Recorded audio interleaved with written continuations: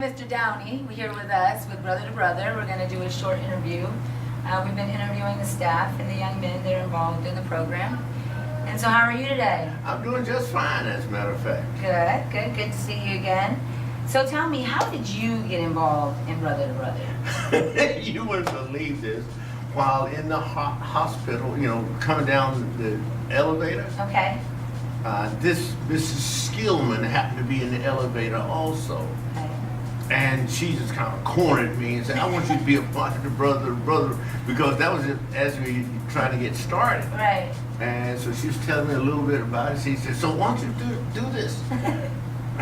Okay, and then the elevator opened up and we walked out. I said, okay, what did I just do? What did I just say I was going to do? Right. Okay. So, and Mrs. Skillman was She was basically the founder of this particular group. Gotcha. And she had been to Lexington and had seen the Brother to Brother program there. Okay. And she was so impressed, and she believed that this was something that she needed to get started. Gotcha. In this community. In this community. Awesome. And so she, one-on-one with people, getting people to be interested in it, Nice. as far as recruiting. So I was going to say, so she did a lot of recruiting. She did. Good. So what is your role today in the organization? I think I'm more of the support. I enjoy teaching, by the way. Absolutely. That's a profession I have. Might need to hire you some hours. so that's what I tell you. What I really like. Okay. I really like to see change in people. Right. Positive change, and that's what I see as my role. Okay. Is being a change agent.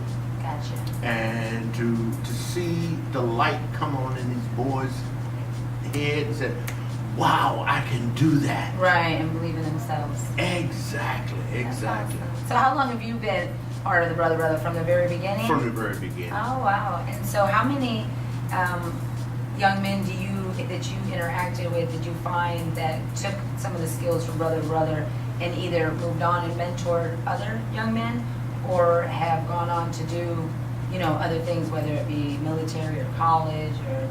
Well, I'm not too sure It's how hard to many, count. but it's That's been quite a few. Okay. Who have benefited from the program, and not just from me, but Absolutely. from the program as a whole. As a whole. I don't want to take credit for everything. Right. No, I understand that. So, what do you plan to do, in the future as far as staying with Brother to Brother? Where do you see it going from here? Well, one of the things that I want to do, Brother to Brother, is for these young men to take a good look at themselves and see exactly where they are, Okay. and then take a look at to where they can go to.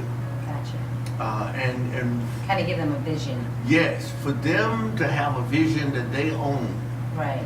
and move toward that vision and be able to set goals and stretch. And stick to them. Exactly. And then they can look back and say, I used to be this way, Right. but look at me now. That's right. I see them all having leadership potential. Right. And that all leadership is the ability to influence somebody. They can influence them positively or negatively. And my hope is that these young men will start influencing other peers positively Gotcha. and feed themselves positively. Absolutely. You are what you speak. Hey. And it starts in here. That's right. And I was going to say, it starts in there a lot of times too. So, tell me what else you do outside of Brother to Brother. I mean, like personally, do you have hobbies? I mean, I know we've spoken a little bit about your the training and things, and kind of the direction you're wanting to go with that. I own a training business, and I want to do more in schools. We do work with schools, Okay. and we've been doing that for years, and businesses, and even with churches.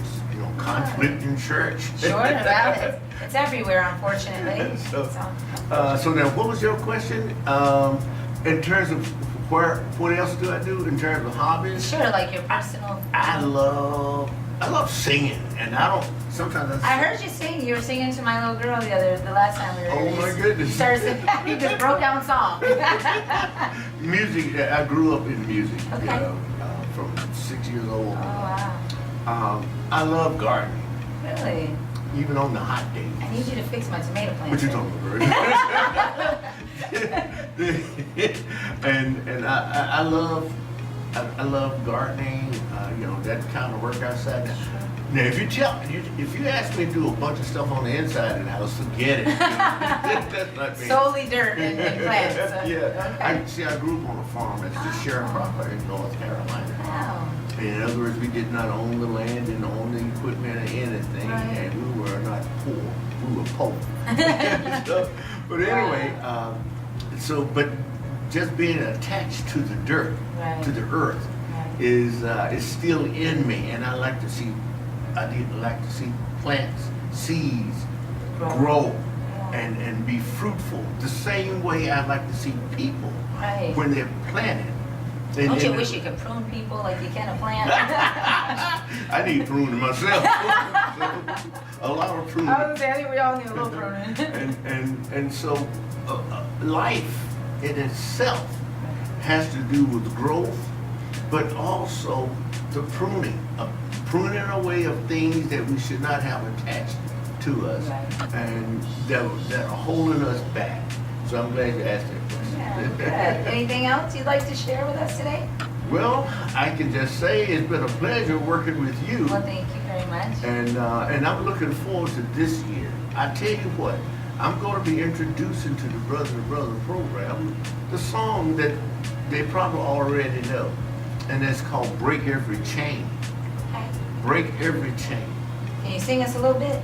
I mean, put Break you on the every spot. chain. Okay. Break every chain. Break every chain. Okay. There you go. Well, thank you so much for Yes. listening to me. Yes, well, thanks for coming in and thanks for doing the interview with me. I really appreciate it. All right. Always a pleasure.